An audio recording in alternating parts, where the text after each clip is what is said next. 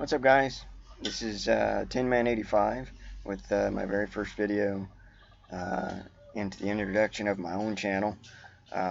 This video is going to mainly consist of daily life experiences, um, product reviews, stuff of that nature. Um, First off, the video that I'm going to post that you're going to watch from here is going to consist of my application process towards the post office. The first thing that you need to do whenever posting or applying for the post office is, one, you need to be able to log in and establish an account. You're going to have to fill out several web pages of your background information, addresses, all that other stuff. And then, of course, you're going to have to submit a resume. To get the most out of your application, try to enter as much information of yourself and your work history as you can. That'll help you in getting placement of this job. Another way of being able to get good placement of this job is if you are a veteran. You get a 10-point preference if you are a veteran or a disabled veteran. Such as myself, I am a veteran. I had preference, but none of that really makes any difference if you do not score a decent score on the battery exams that you will be required to take. The positions that I applied for only required one particular battery exam, which was the 473 exam. My view of that exam is it was a breeze. It was easy. The only hard part about it was the very end of it, the memorization. There's 4 parts. There was address checking, making sure that what you see on one end is correct on the other end. And also the second part is basically the same thing. It's a redundant test. The other last 2 parts of the test, C and D, I believe is what it's called.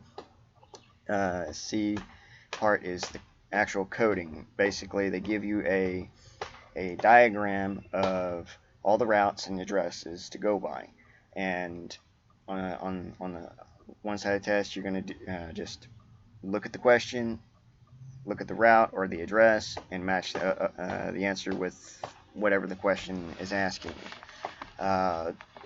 The last portion of the test, memorization, is taking that same diagram and memorizing it. Okay, you will have time to memorize this particular diagram.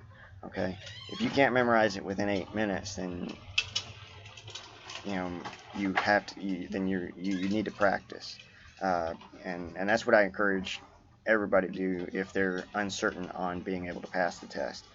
I didn't necessarily really study for the test. I did a little bit of research to know what to expect on the test, but other than that, I did not study. And I went in there and I got an 83.5 without any extra preference or anything. Okay, but yes, I encourage you to study for the test and prepare for the interview. And when before your interview, just prepare as much as you can. Practice with a friend, practice with a family member, and have the right answers when they ask you. What else?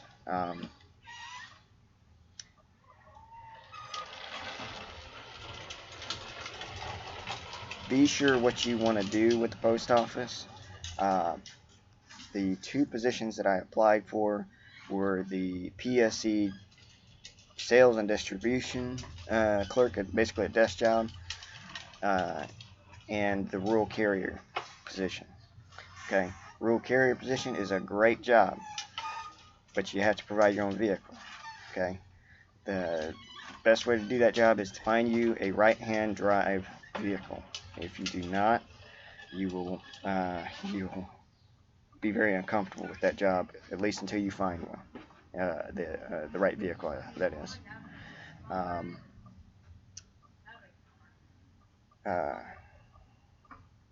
Hi, Miss Pam. He's inside.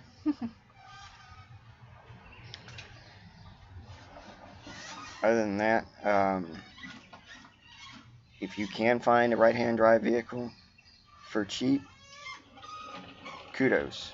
Most right-hand drive vehicles nowadays, they charge an arm and a leg for them, but that's neither here or there. With a rural carrier job, you're only going to see your boss maybe once, and that's when you're getting ready to case your mail. Okay. Other than that, you don't see them. You don't see them. All right. You go out on your route, and again, you're a rural carrier. You have your own vehicle. You have your own radio, air conditioning, and you're meeting new people pretty regularly. So it is a great job. It does pay more than most other positions in the post office. I think like almost $1.50 more. So whatever you're getting offered, a rural carrier is getting almost $1.50 more an hour. And they also get paid mileage for their route. Okay, so there's also that. Now, the way that the post office is hiring now, they are hiring folks for a year at a time. And for that year at a time is basically a trial basis. Okay, they'll hire you for that long, just to see how well you do.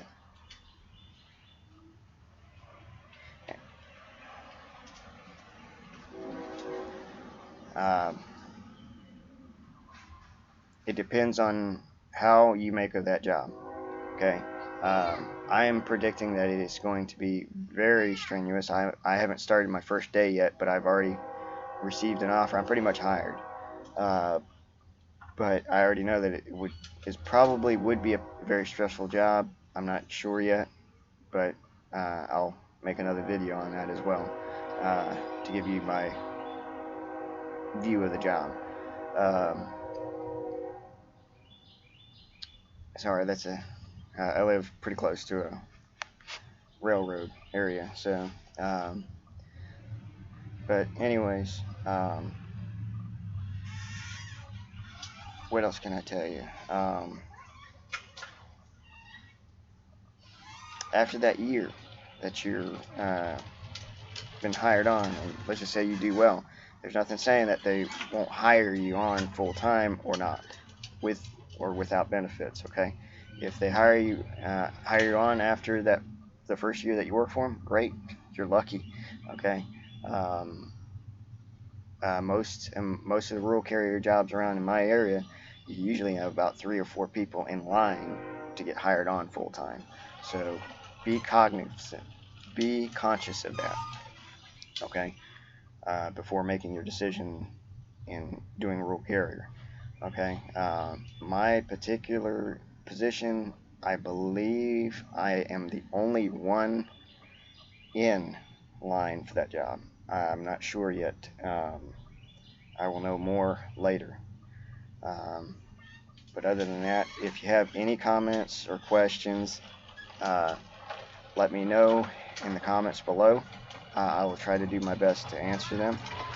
Until then, this is Tin Man 85. Till next time.